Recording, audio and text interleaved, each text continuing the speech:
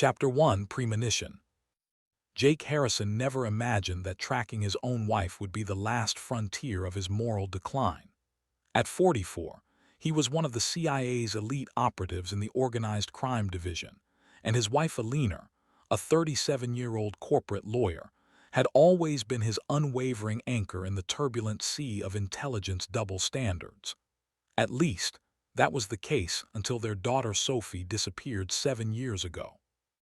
Now, as he attached a counterweight to his telephoto lens, he tried to drown the corrosive doubt in professionalism. The longer he peered through the camera sight, the more clearly he understood. Their life, stitched together with pain and desperation, was about to come apart at the seams. The changes in Ellie's behavior began as an imperceptible crack in the foundation, invisible at first, but foretelling the collapse of the entire building. The first warning signs were phone conversations in empty rooms, with a hushed voice and nervous glances over her shoulder. Then came the increasingly frequent sudden business meetings that stretched into the late night. Jake began to notice how she flinched at the slightest noise, like a wounded deer, how she avoided his direct gaze over morning coffee. Alina's inner strength, which had always impressed him, seemed to have evaporated, leaving behind a fragile shell of the woman he once knew. On that damp evening, he decided to go all the way. Having parked an inconspicuous gray Chevrolet across the street from the Russian restaurant Metropole in downtown New York, he watched as Alina slipped inside. Through the rain-misted windows, he saw her take a table in the back of the hall, away from other patrons. The waiter placed a martini in front of her, which she didn't even touch, nervously fidgeting with a napkin and casting anxious glances at the entrance. The appearance of Viktor Kozlov made Jake's blood freeze in his veins. He knew this man well, one of the most influential Russian mobsters on the East Coast, whom the CIA had unsuccessfully tried to link to dozens of murders and hundreds of drug trafficking operations for the past 6 years. Tall, with impeccable posture and an icy gaze of gray eyes, Kozlov exuded the deadly calm of a predator at the top of the food chain. He kissed Ellie on the cheek with the familiarity of an old acquaintance and elegantly sat down across from her. The click of the camera shutter invaded Jake's consciousness like a gunshot in an empty room. The next morning began for Jake long before the first ray of sunlight. He sat at his desk in his home office, methodically studying his wife's phone call printouts for the last quarter. Dozens of calls from disposable phones registered to non-existent persons and defunct companies. Some lasted seconds, brief signals, others dragged on for hours. The emerging picture chilled his soul. An even more disturbing pattern emerged after analyzing Alina's recent court cases. In the past year, she had lost 9 cases related to Kozlov's criminal organization. In all instances, the evidence was irrefutable. Witness testimonies were solid, but at the last moment, key evidence mysteriously either disappeared or became inadmissible. Such coincidences are never accidental. Jake couldn't believe he was doing this. The very thought of installing surveillance systems in his own home made him nauseous, as if he were betraying the most sacred vows of his life. But when he retrieved the equipment case from his hiding place the next day, his hands were steady, as if carved from marble. He operated with the meticulousness of a surgeon performing a critical operation. Micro cameras the size of a button took up strategic positions in the living room and kitchen. Directional microphones capable of picking up a whisper through a stone wall were placed in Alina's study. After completing the installation, he connected all the devices to an isolated server in the basement, where he had once planned to set up a game room for Sophie. The first 2 days of recordings yielded nothing unusual. Alina worked late as usual.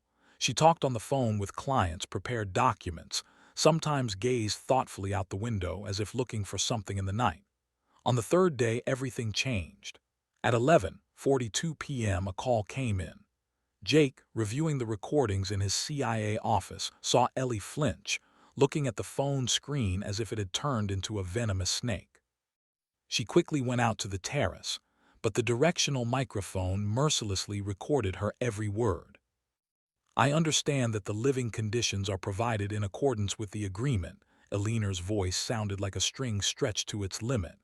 But I must see her in person, even if just for a few minutes. No, I'm not jeopardizing the operation. I remember perfectly well what's at stake. Yes, of course. Tomorrow at the agreed time. Jake leaned back in his chair, feeling his blood pulsing in his temples like a military drum. Living conditions. What the hell was she talking about? He considered several versions, from a banal affair to deep double-agent work. His wife, his Ellie. Had she been leading a parallel life all these years? He remembered how she sobbed at night after Sophie's disappearance, how they clung to each other, trying not to drown in an ocean of grief. Or was that, too, just a virtuoso acting performance? Kozlov's country estate was an hour's drive from the city, in an isolated enclave of Long Island. The massive mansion, styled after a Russian noble estate, was surrounded by a manicured park with impeccable topiary figures. Jake left his car a mile from the main gates, in the shadow of an abandoned barn by a country road. A directional microphone was set up on a folding tripod and framed with camouflage netting. Through the optical sight, he watched as Eleanor got out of her silver Audi at the front entrance. Kozlov met her personally, which was uncharacteristic for a man of his position in the hierarchy. He led her into the garden, where they could talk without unnecessary ears. But even there, their voices distinctly reached the sensitive membrane of the microphone. "Your daughter is turning into a real beauty, Eleanor," Kozlov's voice oozed with honeyed poison. "Remarkably similar to you in your youth, although her character is much more headstrong." Jake's heart skipped a beat and fluttered in his chest like a wounded bird. "Daughter." He blinked, sure that his hearing was playing a cruel joke on him. But his wife's next words turned his insides to ice. "Don't you dare threaten Sophie." His wife's voice contained such fierce determination as he had never heard before. "I'm fulfilling all your conditions. You have complete control over my life and body. The documents for those 2 cases will be ready by Wednesday. But with Sophie, everything must be as we agreed. You can do what you want with me, but don't you dare lay a finger on her." That night, sleep didn't come to Jake despite physical exhaustion. Kozlov's words about Sophie haunted him like merciless furies. At 3 in the morning, he parked outside the skyscraper where Eleanor's law firm was located. The security guard in the lobby knew him as the husband of one of the senior partners and just nodded amicably. Eleanor's office was on the 32nd floor. The electronic lock yielded in 40 seconds. Skills honed at the CIA Academy hadn't weathered with time. He methodically searched the office, as if conducting a standard operation, trying not to leave traces of his presence. Desk drawers, filing cabinet, built-in safe, nothing. His attention was drawn to an old photograph on the desk, the 3 of them on the Atlantic coast, little Sophie building a sandcastle. Jake remembered that day down to the smallest detail. It was a month before her disappearance. He mechanically lifted the frame and froze. Underneath it lay a miniature flash drive. There was a deathly silence in the office, broken only by the soft hum of the laptop that was turned on. The flash drive contained dozens of photographs, arranged by date. They showed Sophie, no longer the little girl he remembered, but an almost grown teenage girl.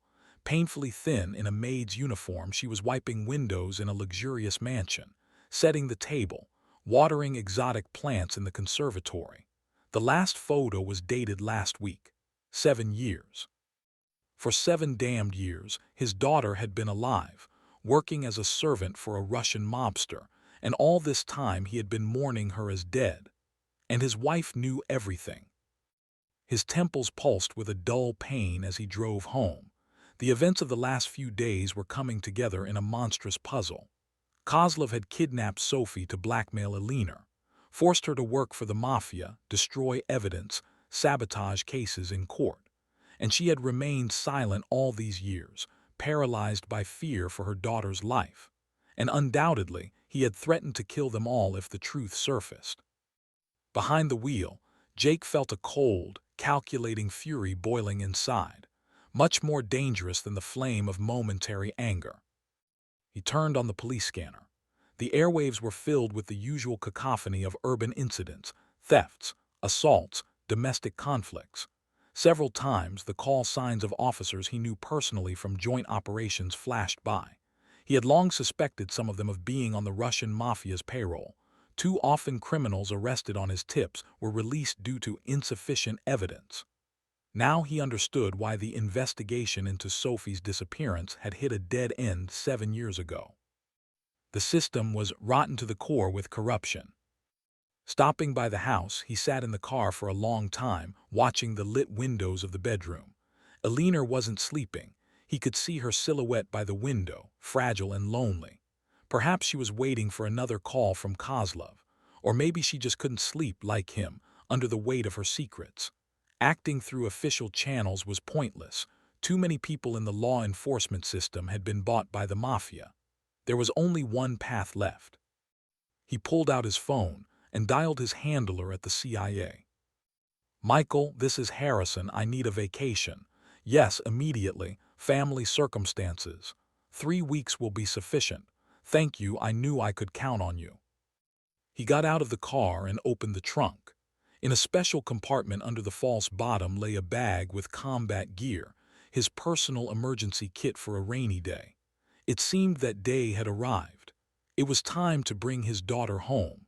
And if that meant wiping Kozlov's entire empire off the face of the earth, well, the price didn't matter. Chapter 2: Preparation. Rain drummed on the windshield of the battered Ford parked on a hill overlooking Kozlov's estate. Jake had been sitting behind the wheel for 6 straight hours, methodically documenting on camera everyone entering and leaving. 3 weeks of vacation, too little for an operation of such scale, but there was no time to dawdle. He had spent 7 years thinking his daughter was dead, buried under the weight of unfulfilled hopes. Now, every hour of delay seemed an unforgivable betrayal. Kozlov's estate resembled a medieval fortress, skillfully disguised as a luxurious mansion in neo-Russian style. A 5-meter wrought iron fence around the perimeter, crowned with spikes cleverly camouflaged as decorative elements. Surveillance cameras integrated into architectural details so artfully that only a trained eye would notice them. Infrared motion sensors in the garden. And most importantly, the guards. Not former bouncers from nightclubs, but high-class professionals, former special forces. They moved with the polished coordination of a wolf pack, constantly changing positions and patrol routes. Jake paid special attention to a tall man with military bearing whom the other guards called Ghost. Alex Foster, according to his dossier. He hardly ever left Kozlov's side, following him like an inevitable shadow of death. Even through optics, one could notice the predatory alertness with which he scanned the surrounding space, instantly assessing any potential threat.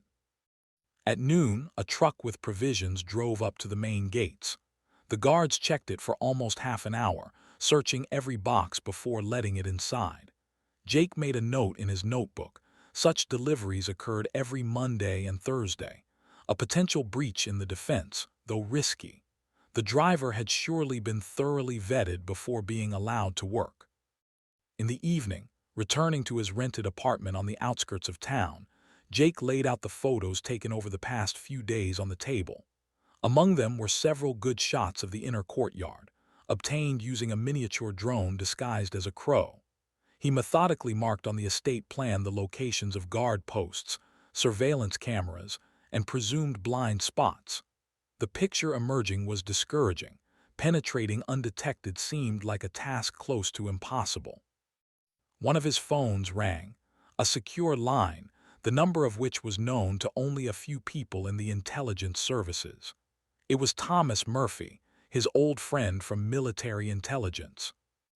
"Got the information you requested," Thomas said without preamble. "But now you owe me for eternity. Floor plans of the estate, security system diagram, guard shift schedule, it's all here. Files will come to your secured mailbox. And listen, be extremely careful. Kozlov is not the type who leaves witnesses." Jake loaded the files onto an isolated laptop. The documents were even more detailed than he had expected. Diagrams of ventilation shafts, electrical wiring, sewage drains, guard shift schedule accurate to the minute. He was particularly interested in the staff wing, a small two-story building connected to the main mansion by a glass gallery. If Sophie really worked as a maid, she must be living there. He opened a bottle of scotch and sank into an armchair, looking at the night city through the window. Somewhere out there, less than an hour's drive away, his daughter was probably preparing for bed in her servant's room. Did she sleep peacefully? Did she remember him and Alina? Or had everything been washed from her memory over these 7 years, like writing in chalk during rain? He had to find a way to get inside, had to bring her home, at any cost. The next 3 days Jake spent preparing equipment. He methodically visited hunting and sporting goods stores in different parts of the city, never staying more than 15 minutes anywhere. In one, he acquired military-grade night vision equipment. In another, climbing gear. A special silencer for his Glock had to be ordered through old army channels. Carabiners, cables, special gloves for silent movement. All this was collected in a sports bag in the trunk of an inconspicuous gray Hyundai, rented under a fake name. In the evening, he equipped 3 safe houses in different parts of the city. The first, in a reconstructed industrial building converted into trendy lofts. The second, in a prestigious residential complex with round-the-clock security. The third, in the suburbs among identical middle-class cottages. Each had supplies of food, water, medicine, and a set of civilian clothes. If the operation didn't go according to plan, he and Sophie should have several retreat options. Reviewing another batch of photos of the estate's security, Jake suddenly froze. Something in Alex Foster's face seemed vaguely familiar. He enlarged the image, peering at the features of Kozlov's chief bodyguard. Military bearing, characteristic scar crossing the right eyebrow. He had seen this man somewhere before. Jake launched a search through closed military department databases. Alex Ghost Foster was listed as missing in action 8 years ago. Before that, an impeccable service record in the CIA and Special Forces, many successful operations, high awards for valor, and then disappearance without a trace during a short leave. Jake scrolled through the file to the section with photographs and felt a cold wave run down his spine. In a group photo from 8 years ago, their squad in Afghanistan was captured. He himself stood in the center, and next to him, with a hand on his shoulder, smiled a young Alex Foster. Memories crashed down like an avalanche. That ambush in the gorges of Tora Bora when the Taliban pinned them to the rocks. Crossfire, the cries of the wounded, the smell of burning metal and melting flesh. Alex had covered the group's evacuation then, holding the position alone. Jake had gone back for him, pulled him out from under the barrage of fire with a bullet wound to his thigh. Then they recovered together in a field hospital, making plans for civilian life. Alex talked about his fiancée, Catherine, about how he would propose to her after returning home. "God, Alex," whispered Jake, looking at recent photos of his former comrade next to Kozlov. "How did you end up like this?" The night was starless, as if the sky itself wished to conceal his presence. Black clouds hung over the land, promising a downpour. Jake lay in wet grass on the hill, studying the estate through a night vision device. The perimeter was well lit, but dark areas remained between the floodlights. The security system seemed flawless, but any system has vulnerabilities. One just needed to know where to look. He waited until the patrol completed their rounds and began slowly approaching the fence. His black tactical suit made him virtually invisible in the darkness. 15 meters. 10. 5. The motion sensors were cleverly placed, but Jake had studied their positions. The key was to move in the right rhythm, slipping into the blind zones between scans. The first shot sounded when he had almost reached the stone wall.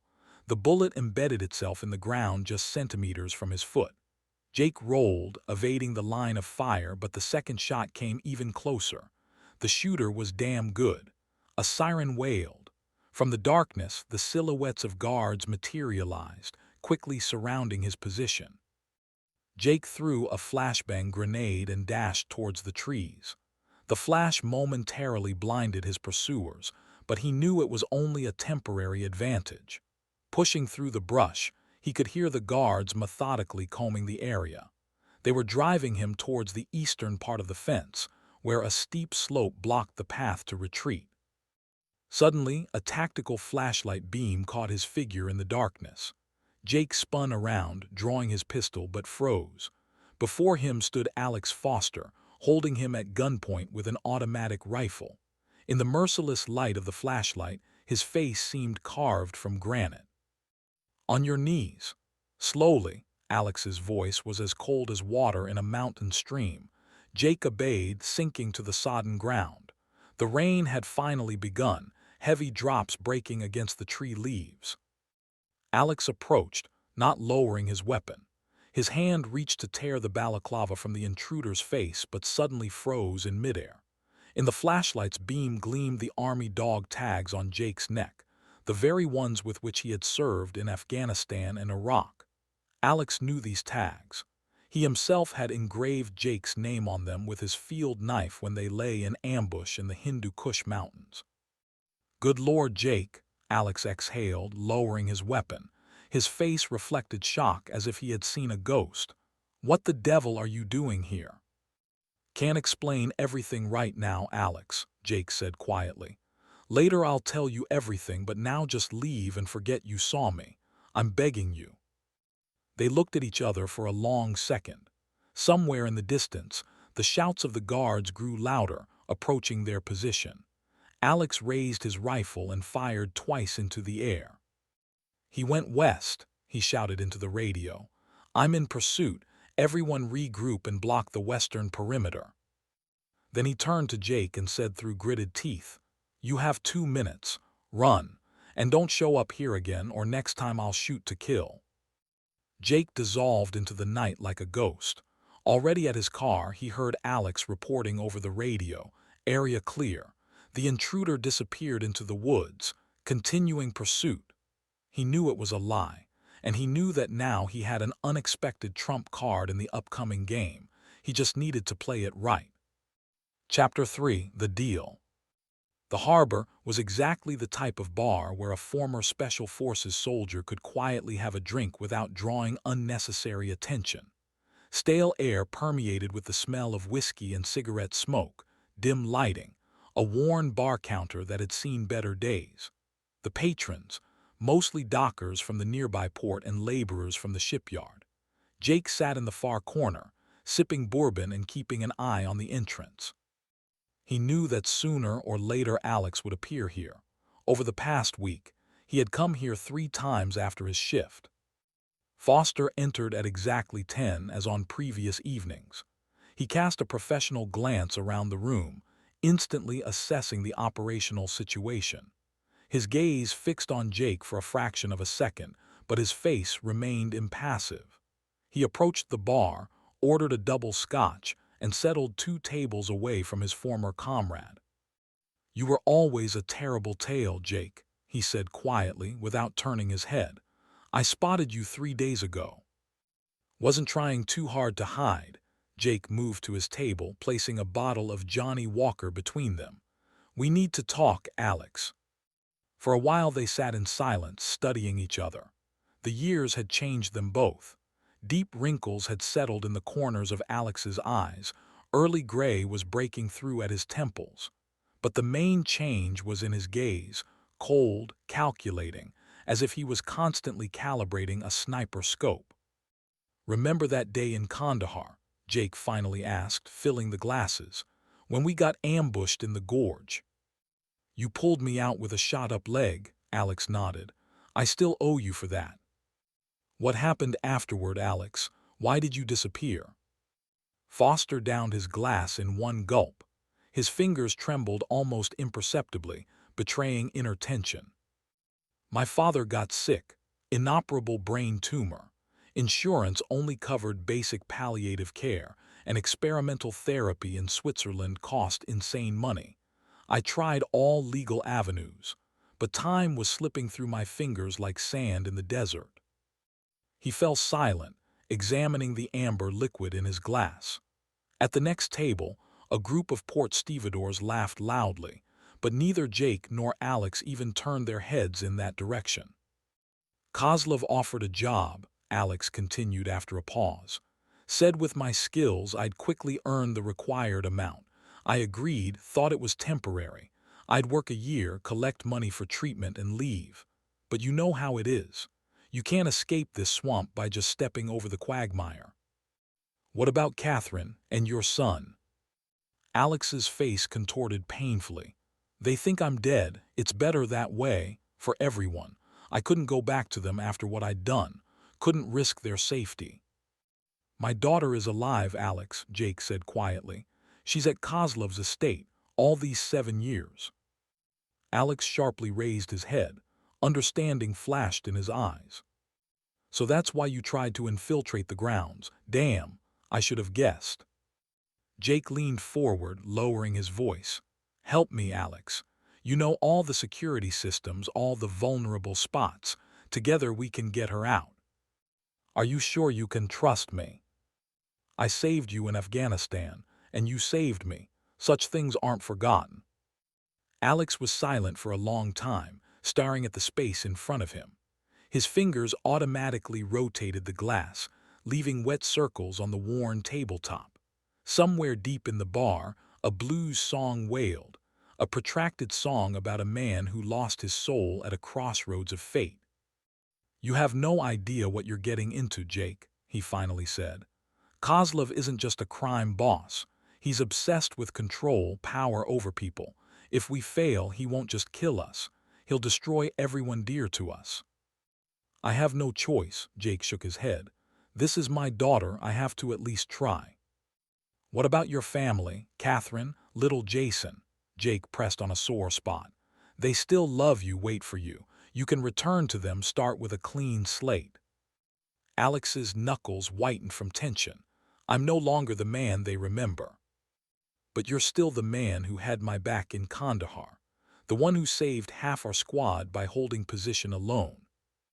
Alex looked up, and Jake saw in his eyes a reflection of his former friend, that young guy who showed photos of his fiancée and dreamed of a house with a white picket fence on a quiet street. All right, he exhaled after a long pause. I'll help you, but we'll do it my way. For the next hour, they bent over a drawing of the estate that Alex sketched on a napkin. His plan was simple and effective. He would stage the discovery and elimination of an unknown scout to lull Kozlov's vigilance. This would give them a temporary window for preparation. The east wing is guarded the least, Alex explained, making notes on the diagram. I can create a breach in the video surveillance system for 10 minutes, no more. You'll have to act lightning fast. He pulled a smartphone from his inner pocket and showed Jake the guard shift schedule. The main security staff changes at 3 in the morning. The new shift spends the first 15 minutes conducting an internal inspection of the building. That's our window of opportunity. The day after tomorrow, Jake nodded. I need to prepare evacuation routes and a safe house. I'll report to Kozlov that I tracked and eliminated you tonight. Alex emptied his glass. That should reassure him, but remember, one mistake and we're dead men. That same evening, Jake met with Alina at their old spot, a small Italian cafe on the outskirts of town, where they had once celebrated her first big case win. Now the place seemed smaller and darker than in his memories. Or perhaps time had simply changed them both so much that even familiar places appeared distorted through the prism of experienced pain. Alina looked exhausted. Dark circles under her eyes, nervous movements, constantly darting gaze.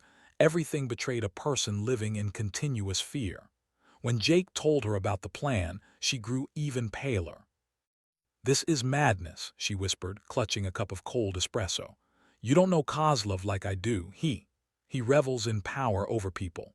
When he kidnapped Sophie, he made me watch videos of her crying and calling for us. Every time I tried to go to the police, he sent new recordings with threats.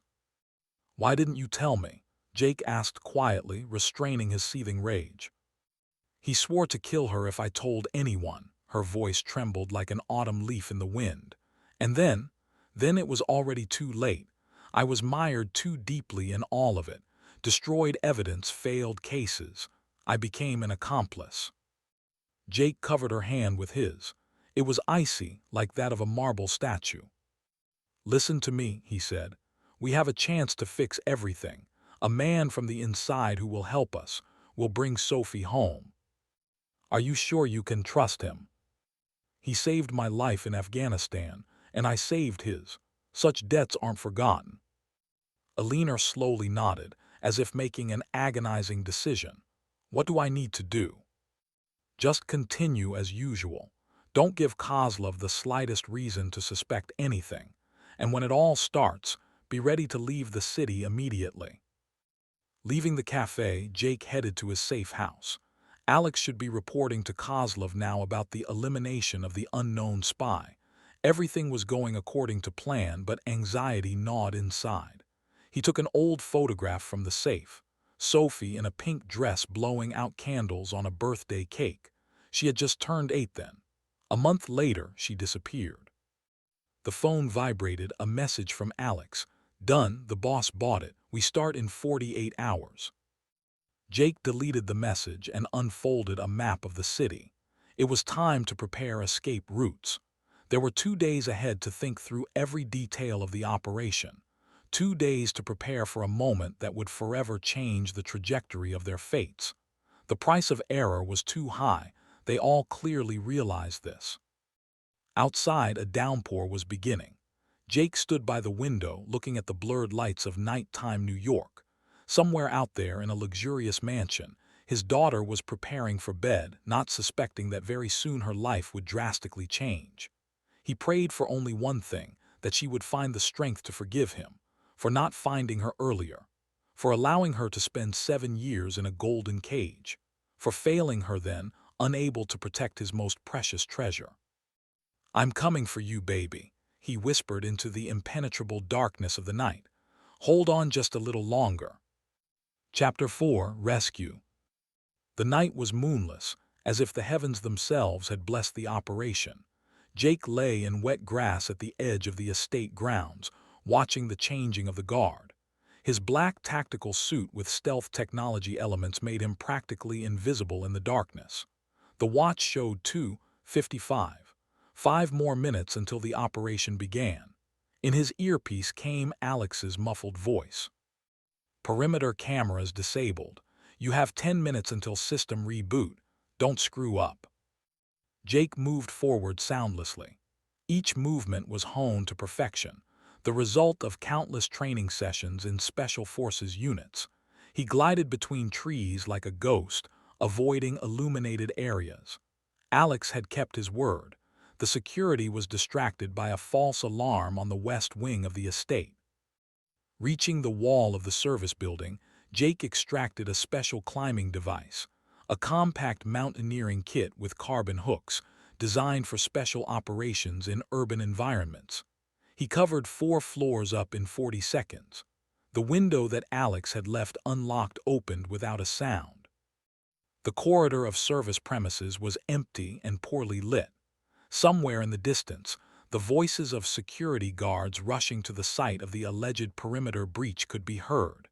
Jake moved along the wall, checking against the building plan he had memorized. The kitchen should be around the next corner. The smell of fresh baking hit his nostrils as he approached the kitchen doors. Through a small window, he saw a teenage girl arranging baking trays on metal shelves. His heart did a somersault. Even from behind, he would recognize her anywhere. The same graceful movements, the same tilt of the head like Alina's. Sophie. She was taller than he had imagined, of course. In 7 years, a child turns into a teenager. Dark hair gathered in a practical bun. A simple gray uniform dress emphasized the fragility of her figure. When she turned, he saw her face, and for a moment, it was as if he was transported back 7 years, to that fateful morning when he last drove her to private school. Jake cautiously pushed the door. The hinges treacherously creaked. Sophie turned sharply, grabbing a knife from the cutting board. Her eyes widened with primal fear. "Don't scream," he whispered, slowly raising his hands. "I won't harm you." "Who are you?" Her voice trembled, but she held the knife confidently, like someone accustomed to defending herself. "What do you want?" Instead of answering, Jake rolled up his sleeve, showing a characteristic scar on his forearm, a trace of a burn received when he pulled little Sophie out of a burning tent during their last family camping trip. She often asked to see this dragon mark, as she called it. The knife fell from her hand, clanging on the marble floor. Her eyes filled with tears. "Dad," she mouthed silently. The next moment she was in his arms, her face buried in his shoulder, as she did in childhood. Her body was shaken by silent tremors. "I thought you'd forgotten about me," she sobbed. "All these years." "Never," he whispered, holding her tighter. "We searched for you. All this time we searched." The sound of approaching footsteps made them pull away from each other. Jake instantly tensed, ready for a deadly fight. Sophie pressed a finger to her lips and gestured toward the pantry door. They barely managed to hide among the shelves of food when a guard entered the kitchen. "What's that noise?" His voice sounded suspicious.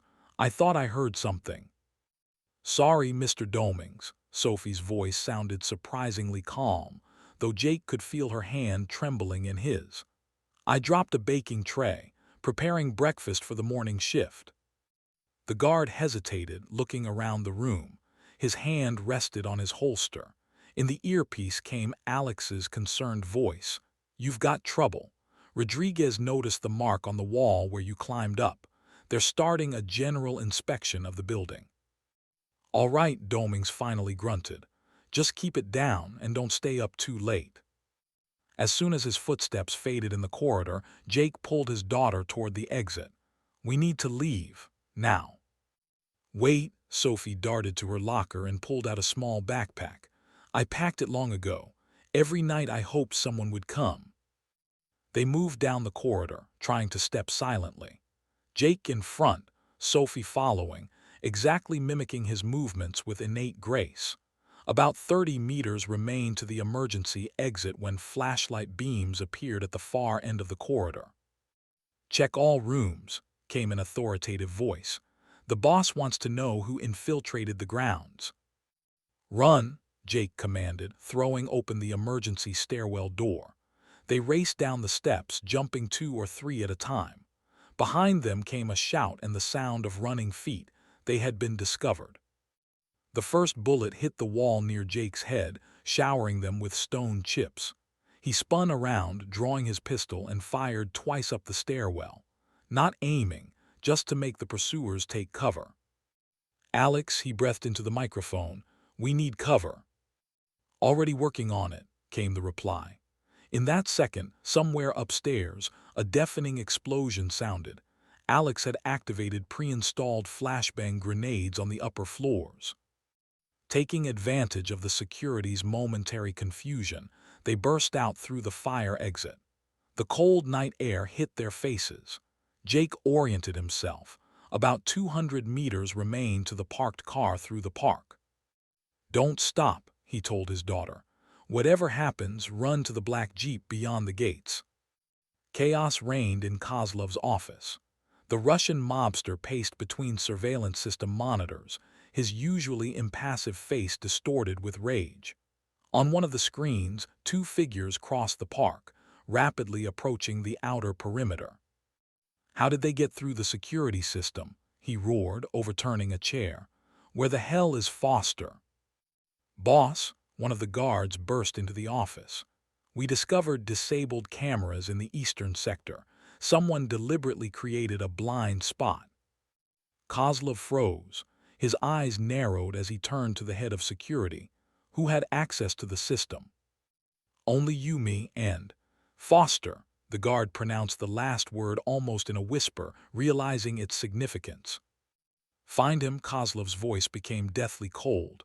"Alive or dead, and bring the girl back to me. Immediately." Meanwhile, Jake and Sophie reached the hedge separating the park from the driveway. 2 figures with automatic weapons jumped out of the darkness. Jake pushed his daughter behind the thick trunk of an old oak and opened fire. One of the attackers fell. The other took cover behind a decorative fountain. Dad, Sophie's cry made him turn around. A group of guards was approaching from the direction of the house. They were in a deadly trap. Suddenly, the night silence was torn by automatic gunfire. But they weren't being shot at. Someone was firing at the approaching group of guards, forcing them to seek cover. On the roof of the service building, Jake noticed a familiar silhouette. "Get out," Alex's voice in the earpiece sounded like a taut string. "I'll hold them off." "Alex, go, damn you, I'll manage." He and Sophie raced toward the gates. Behind them, shots rang out. Alex continued to cover their retreat, methodically blocking any pursuit attempts. The black Jeep stood exactly where they had arranged. Jake pushed his daughter into the back seat and jumped behind the wheel. The engine roared, tires screeched on the wet asphalt. In the rearview mirror, he could see new flashpoints of gunfire erupting on the estate grounds. Alex had created real chaos to divert all attention from the fugitives. They sped down the deserted highway. Sophie in the back seat quietly sobbed, realizing that the nightmare of the last 7 years was finally over. Jake dialed a number on a secure phone. "Alina, we're en route. Yes, she's with us. Wait at the agreed location." He turned onto a mountain road leading to an abandoned hunting lodge where they had arranged to meet. It was safe there. Alex had personally checked the place and confirmed it wasn't being tracked by the mafia. "Dad," Sophie called quietly, "that man who helped us, will he be okay?" Jake gripped the steering wheel tighter. "He's a professional, honey. One of the best I know. He'll make it out." The mountain lodge appeared ahead, a dark silhouette against the pre-dawn sky. Alina's car stood at the entrance. Jake slowed down, peering into the darkness, checking for surveillance. All was clear. Alina ran out to meet them as soon as they stopped. Mother and daughter froze for a moment looking at each other, then fell into an embrace. Jake watched them, feeling a lump rise in his throat.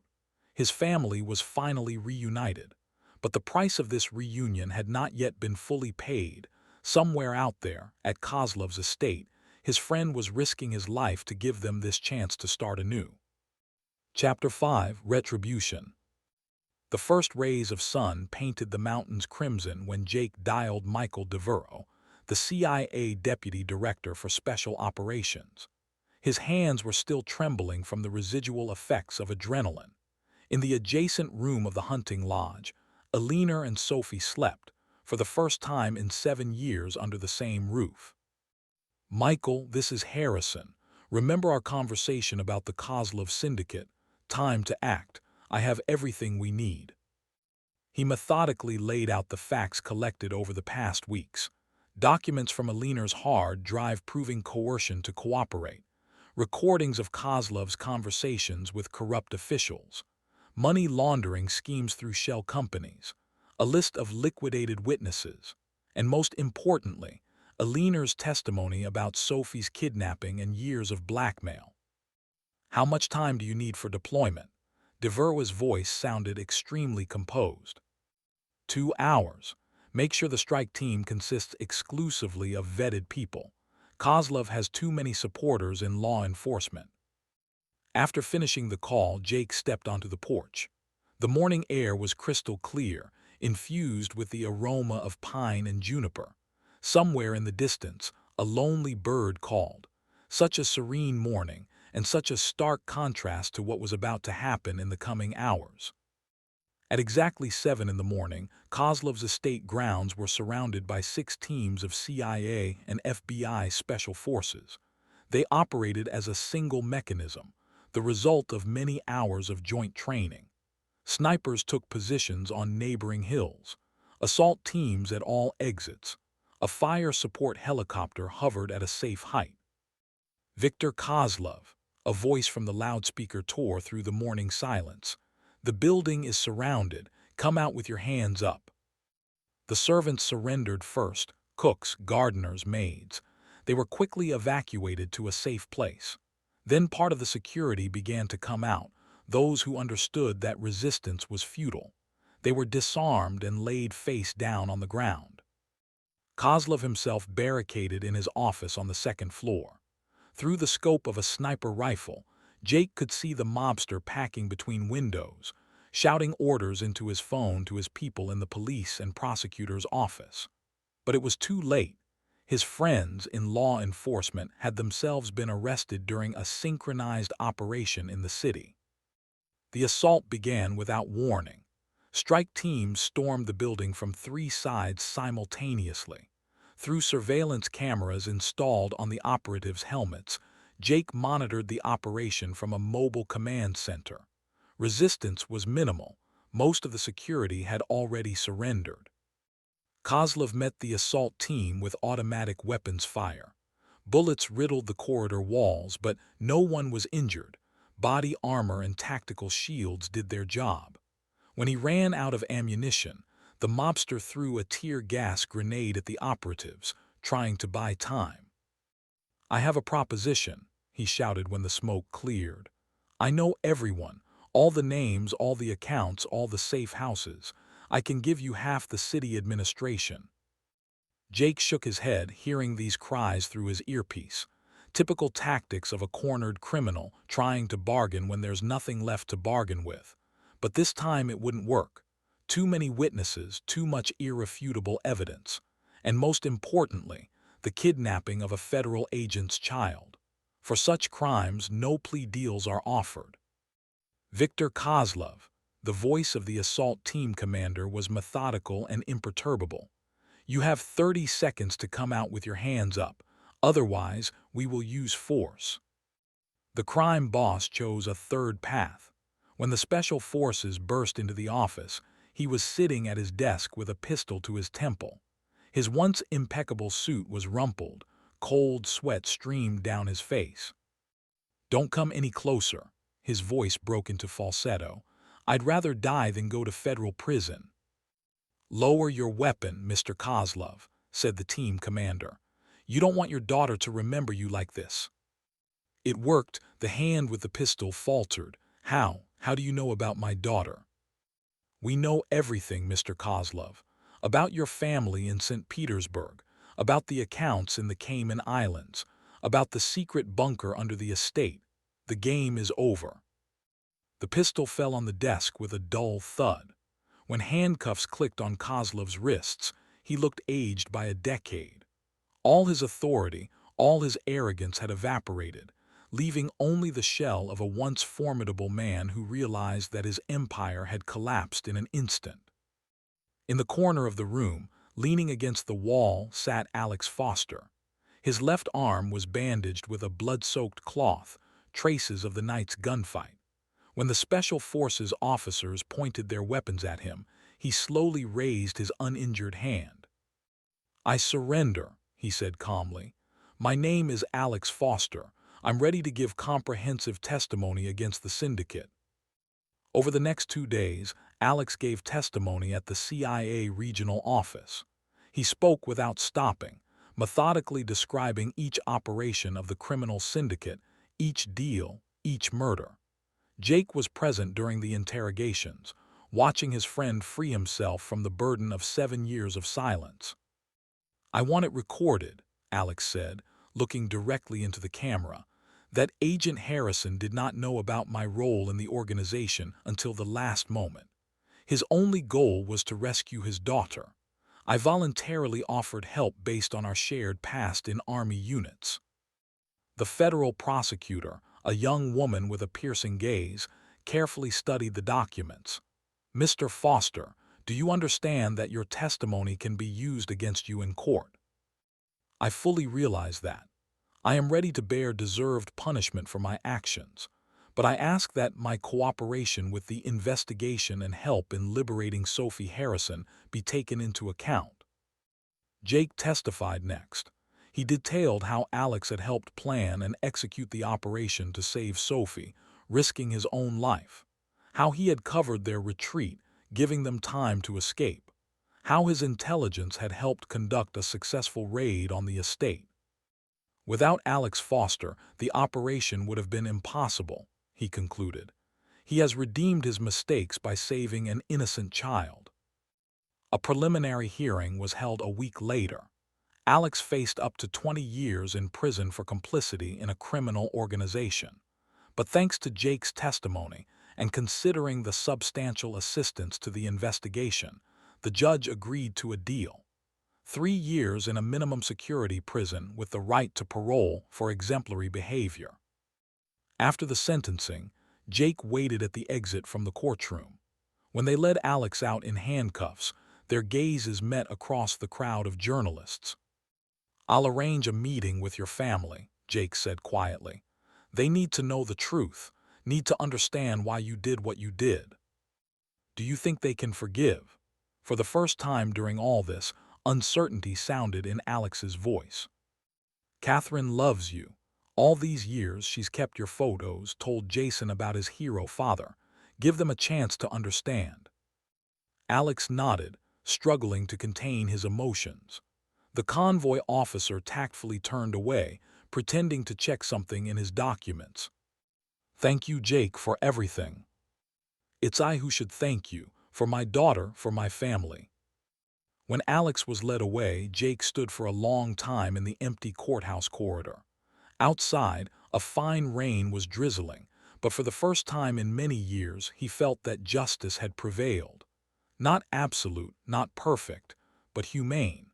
The kind of justice that gives people the possibility of redemption even after the darkest deeds.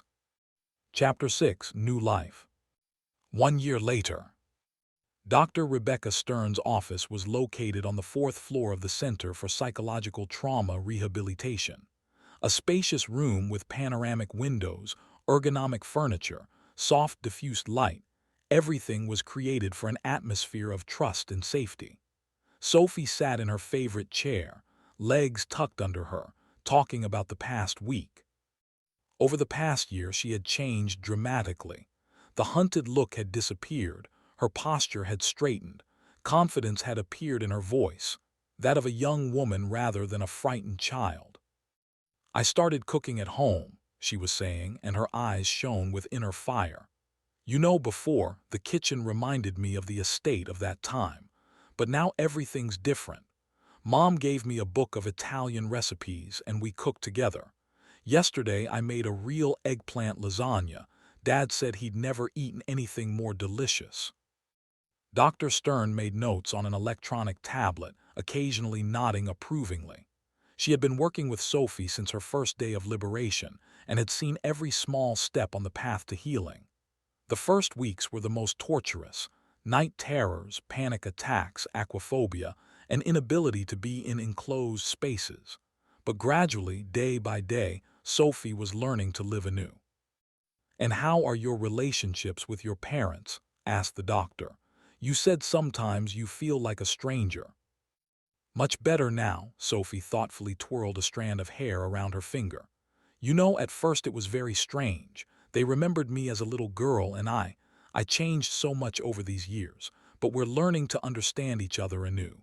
Dad takes me to baseball games, we used to go together often before, and Mom, she just hugs me when it gets tough, doesn't ask questions, just hugs." Footsteps were heard in the corridor, time to end the session. Sophie rose, smoothing the folds of her new lavender-colored dress. No more gray uniforms, no more faceless servants' attire. "Until next week, Dr. Stern," she smiled. "I'll bring you a piece of my lasagna, I promise. You've never tasted anything like it." Alina was waiting for her in the reception area. Mother and daughter embraced, a simple gesture that seemed impossible just a year ago. They walked to the car, talking animatedly about something. Dr. Stern watched them leave, reflecting on how much love and patience it takes to heal the wounds of the past. But this family was coping, day by day, step by step. It was quiet and peaceful at the Oak Hill Minimum Security Federal Prison. Catherine and Jason sat at a table in the visiting room, waiting for Alex to be brought in. Over the past year, they hadn't missed a single permitted visit. Jason, now a 13-year-old teenager with his father's features, nervously fidgeted with his watch strap. He was still a bit shy about these visits, though he was beginning to get used to the idea that his father was alive. When Alex appeared in his blue prison uniform, Catherine's face brightened, as if illuminated from within. She still loved him, despite 8 years of separation, despite his past. Or perhaps because of that past, now she knew the whole story, understood why he had made such a radical choice. "Hey, champ," Alex hugged his son. "How's your basketball coming along?" "Coach says I'm doing well in the defender position." Jason noticeably perked up. "Important match next Saturday. Mr. Harrison promised to come watch." "Jake helps with training," Catherine explained. "He spends a lot of time with Jason." Alex nodded gratefully. Jake had kept his word, not only helping his family financially, but also becoming something of a mentor, an older friend to Jason. This was important. The boy needed a male role model while his father served his sentence. "I got a job offer," Alex said, looking at his wife. "That is, I will when I get out. Jake arranged it with a private security company. They hire former military. Legal work, decent salary." "Our home is waiting for you," Catherine replied quietly. "I've kept everything as it was. Just replaced the carpet in the living room, the one you always called ugly." They laughed for the first time in a long while, so easily and naturally. Jason looked at his parents with surprise. He could barely remember them laughing together. In the glass booth, a guard discreetly cleared his throat. Visiting time was ending. Alex hugged his son tightly, kissed his wife. Now partings were not so agonizing. They knew he would soon return home. His behavior had been impeccable, and the lawyer hired by Jake had already filed papers for parole. Jake was waiting for them at the prison exit. He had brought Catherine and Jason in his SUV, as he did every week for the past year. While Jason told him about the upcoming match, Catherine looked at the grim walls of Oak Hill. Just a little longer, she thought. Just a little longer, and their family would be whole again. The Adirondack, maximum security federal prison towered over the desolate landscape like an impregnable citadel. In a solitary cell, isolated from other inmates, Viktor Kozlov spent his days in meditative silence. The former arrogance had evaporated, leaving only the shell of a once powerful crime boss. The court had sentenced him to life imprisonment without the possibility of parole. Most of his people received lengthy sentences. Corrupt police officers, judges, officials, everyone who for years had ensured the syndicate's impunity ended up behind bars. The empire he had built for 2 decades collapsed like a house of cards, all because of one fatal mistake. He had underestimated the power of parental love when he decided to use a federal agent's child as a bargaining chip in his game.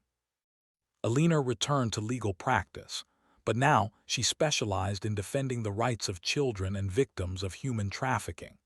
Her experience and deep understanding of what families of missing children go through made her one of the most respected specialists in this field. She worked with community organizations, helping parents not lose hope and fight for their children until the end. Her marriage with Jake was slowly recovering. The scars of the past hadn't completely disappeared, but they had learned to talk about them openly, without mutual accusations. Every evening they gathered for family dinner, a tradition that Sophie had suggested. She prepared her signature dishes, and they talked about everything under the sun, making up for lost years. During one such evening, the doorbell rang. Alex stood on the threshold. He had been released a week earlier than planned for exemplary behavior. Beside him were Catherine and Jason, all in festive clothes. In Alex's hands were a bottle of expensive wine and a box with a cake. "Hope we're not late," he smiled. Sophie ran into the hallway, wiping her hands on her apron. Just in time, the lasagna's almost ready. They settled around the large table in the living room. The Harrisons and the Fosters, 2 families whose fates had intertwined in the most incredible way. Jason enthusiastically told Sophie about his victory in the school basketball championship. Alina and Catherine discussed plans for the summer vacation. Alex and Jake sat side by side, like in the old days in Afghanistan, only now instead of dry rations, home-cooked food was in front of them. "To family," Jake raised his glass. "To those who never give up." "To second chances," added Alex, looking at his wife and son. To new life, Sophie said quietly. Outside, the sunset was fading, painting the sky in golden purple hues. Somewhere in the distance, a dog barked, children played. An ordinary evening in a prosperous suburb, but for them it meant infinitely more. This was the evening when all the scars of the past finally began to heal, when the future no longer frightened with uncertainty. The evening when justice and mercy found a way to coexist together, giving hope for redemption even to those who seemed to have lost it forever.